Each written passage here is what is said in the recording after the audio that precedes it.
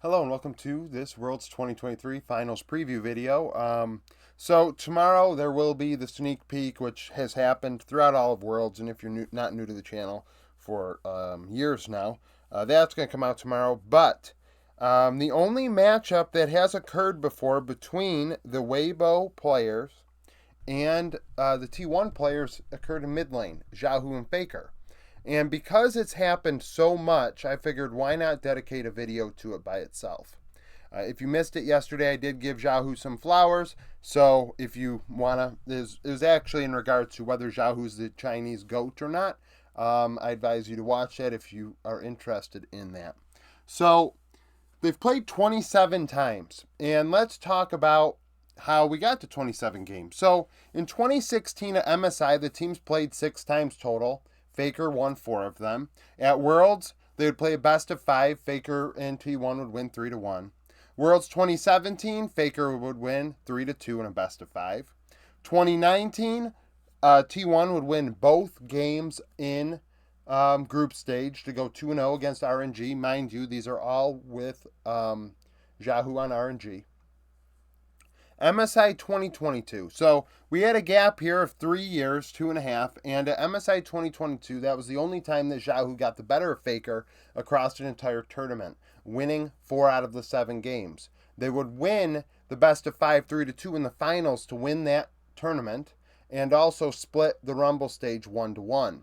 Last Worlds was the last time these two teams played. Faker and T1 would sweep RNG and Xiaohu 3-0. COVID was a factor in that one, but I'm not going to take that off the board.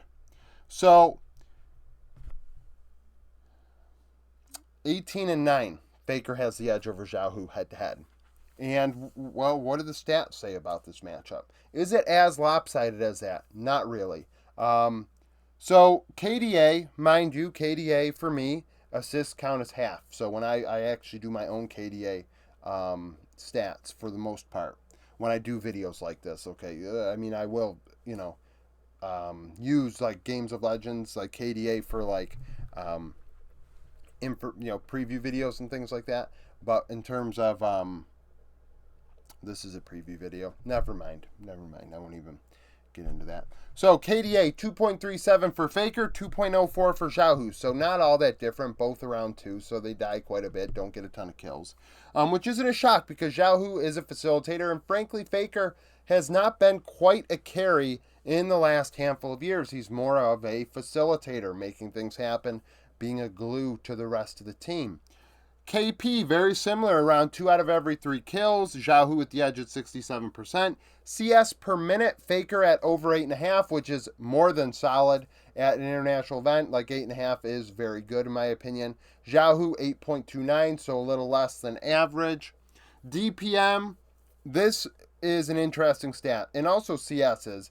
You have to consider that this occurred over multiple metas. We're going back all the way to 2016, and we'll talk about the metas when we go over to the champions that they played against each other.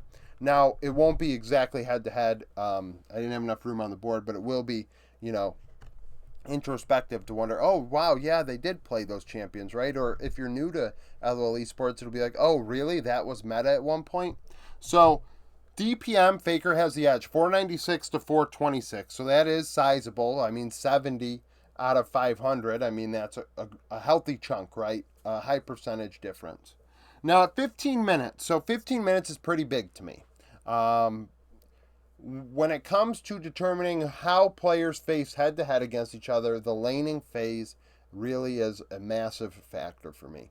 I think if a player gets ahead in laning phase often, that's the type of player I want.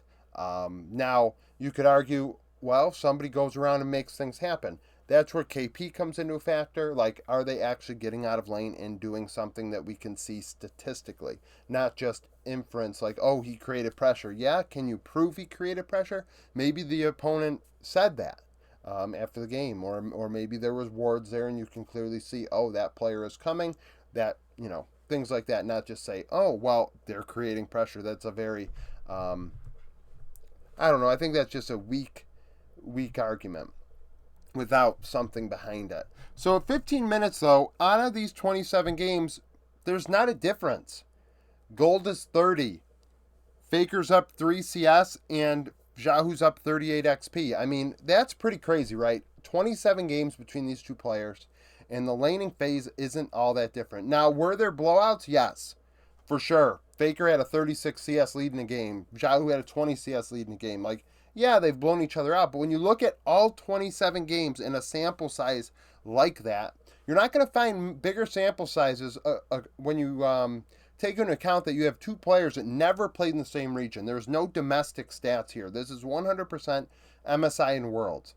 I really do doubt there are many matchups that have occurred more than this one. It wouldn't surprise me if it was the most. And I'm just thinking about that right now. Now, solo kills. Xiaohu has 6. Faker had 2. Xiaohu had 4 solo kills at like MSI 2016, 3-in-1 game on LeBlanc. So, really, they're not creating all that many solo kills, which really you think about it, Faker and Xiaohu are not those types of players, and they haven't been for quite a while. But these are interesting stats, right? These players aren't all that different. Now, obviously, Faker has 3 worlds. Xiaohu has 3 MSIs, and one of them being in top lane.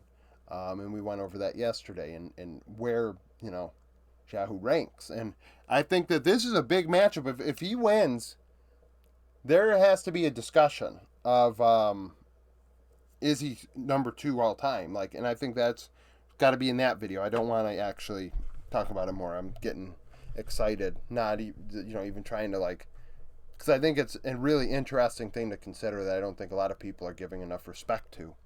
And I'm happy that some people realized that and appreciated the video. Now, in terms of champions played, you're going to see a lot of repeats because they were playing meta champions between these two. They're not many unique picks. But in the 27 games, Faker picked Galio 5 times, Ari Azir 3 times, Akali, Victor, Fizz, and Ryze twice. Yes, Fizz, 2016, way back when. And he's played LeBlanc, Lissandra, Lulu, Malzahar, Twisted Fate, Varus mid, Zoe, and Syndra all once against Xiaohu.